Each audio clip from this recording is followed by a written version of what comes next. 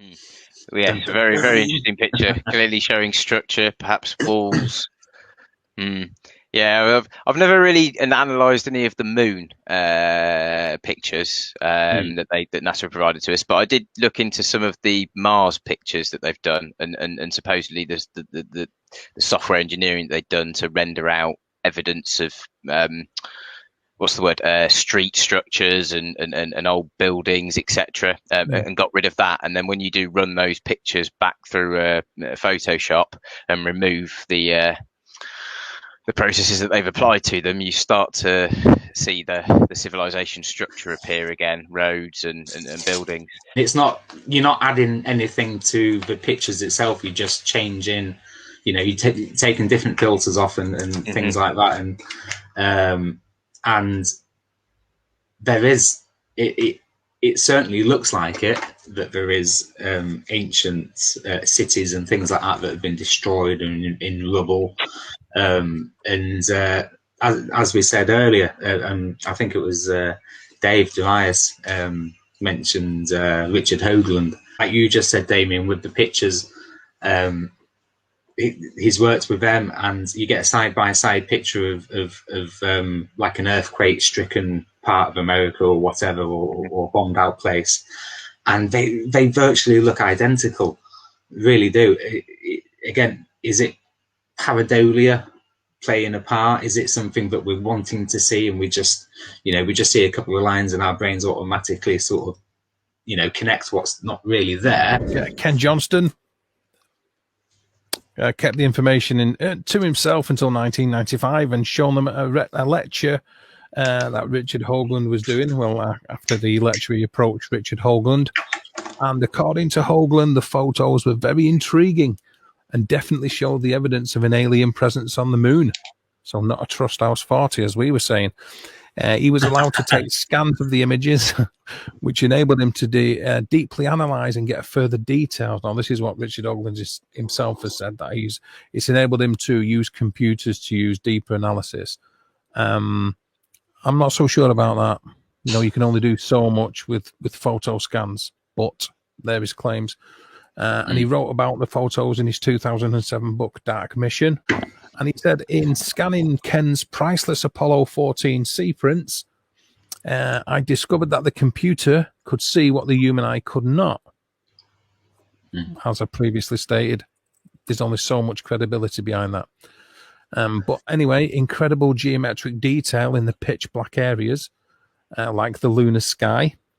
And the sensitivity of modern CCD imaging technology, so a charge-coupled device, basically, that means, on cameras and stuff, in even commercially available image scanners, coupled with the amazing enhancement capabilities of state-of-the-art commercial software, like Adobe's Photoshop, glaring red alert there, I suppose, allowed the invisible detail buried in these supposedly black layers of these 30-year-old emulsions to ultimately be revealed, and a democratization of technology that no censor at NASA could have possibly foreseen over more than 30 years. So Richard Hoagland claims that his ability to use software and these CCD type scanners enable them to pull out detail in the darker areas and use filters, as I said before, to pull out images or details within images that the sensors at NASA would have no idea that people were able to do 30 years later, when the lunar missions were on the go in 1971 and 1972, because a lot of these images have come from the later Apollo missions. 12, a couple of things going on in 12. There's even what looks like a craft, or what appears to be a craft, in the visor of one of the astronauts, but you can see the lunar module in the background. Basically, his supposition is that NASA didn't expect people to be able to use the technology and the advancement in computer software to be able to analyze these images and uncensor what they had censored, is pretty much where what Hoagland's saying there, I suppose, Steve. Yeah, which I kind of agree with. You're not necessarily going to be able to think forward and interpret the technology that may exist in the future to retrospectively, look into more depth into some of the images that they did release, and perhaps they didn't airbrush enough out. But they're not going to know that at the time. So yeah, I see that as being a reasonable explanation. from Hoagland. I do think perhaps he maybe found some patterns that weren't there, as well as perhaps some patterns that were. He was very focused on his goal, and perhaps finding evidence to fit the hypothesis rather than analysing the evidence to some extent. However, having said that, he did bring some interesting things to light about the Cydonia region on Mars, didn't he? Absolutely. Pyramidal structures, interesting mathematical things encoded like pi, or certain mathematical constants that basically mean you have to have a very good understanding of the universe and how the maths of the universe works to encode these principles into structures, and also a relative longitudinal and latitudinal awareness of where these pyramids in the Cydonia Valley are in relation to the pyramids, the Great Pyramids in Egypt as well, and the face on Mars in relation to the Sphinx, and so on and so forth. Yeah, you can even say with the face on Mars and the Cydonia region is virtually exact. Sort of replica of, is it Avebury in the UK? Yeah, Avebury. Yeah. So again, that's just mind-boggling. It really is. Again, thankfully, NASA flew to the moon to paint in nice red arrows for us to be able to see everything, because we're too thick to figure it out. I'm guessing NASA was the orange arrow with the LEM, and someone else has then put the other one in later. Lead you away. Don't look at the visor. Just look over here. Don't look at the visor.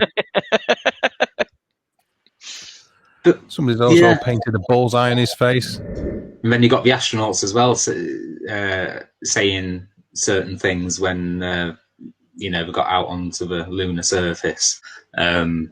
There's some footage, isn't there, from the secret, supposedly the secret frequency that wasn't broadcast to the public. And yes, there is supposedly they're watching us from the horizon. Yeah, I do remember hearing that.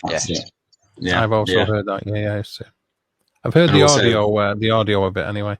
Yeah, I was going to say, like, moving on from last week's topic where we were discussing obviously the moon landings potentially being faked. The one thing that I always think about Neil Armstrong is, although he seems like he's not perhaps one for the limelight, he's always very hesitant to really talk about his experiences of being the first man on the moon to anyone really. And I just wonder maybe whether it's not so much that they didn't land on the moon. It's more that they're not telling the whole truth from what they observed when they landed on the moon, and they've had to keep quiet. And because of that level of secrecy that's been involved, he's erred away from giving any kind of information or interviews really related to his tremendous experience, perhaps rather than the whole mission being faked. Compressed in the surface about 1 or 2 inches, although the surface appears to be very, very fine-grained as you get close to it. It's almost like a powder. Saying wasn't Buzz Aldrin quite vocal about the fact that they'd seen things when they were there? Well, yes, he was. He was very much so. And in fact, a lot of the astronauts were very vocal about their belief in extraterrestrials. So Edgar Mitchell, who we mentioned earlier, believed in extraterrestrials. The one with the astronaut with the very monotone voice, Gordon Cooper. Again, was a believer in UFOs. He said he'd been in the top military craft at the time. He'd seen craft outmaneuvering him. Couldn't explain it. He knows they're real. He has no shadow of a doubt because he's in the best military equipment testing it at the time, and they're outmaneuvering him, and he's just And when you've got not just one of the astronauts, but you've got the majority of our astronauts that were all highly trained. Thought of as very clever, intelligent people that were very unlikely to cause any problems as astronauts for NASA. So very, very sound mind. And the majority of them are coming out saying they believe in extraterrestrials and they believe in UFOs. The credibility of the people telling you is all you need to know, really. Yeah, absolutely. Given the fact that these are the people that have been to the moon, that are saying they've seen this, that, and the other. This isn't people on behalf of the people that have been to the moon. Mm-hmm. This is the people that have walked on the lunar surface that are saying this. Yeah. These are people that have been trusted with all sorts of levels of security clearance up until the event. Yep. Trusted with pioneering man's journey to the moon. Mm-hmm. All of a sudden, we're supposed to think they're insane and making things up, you know?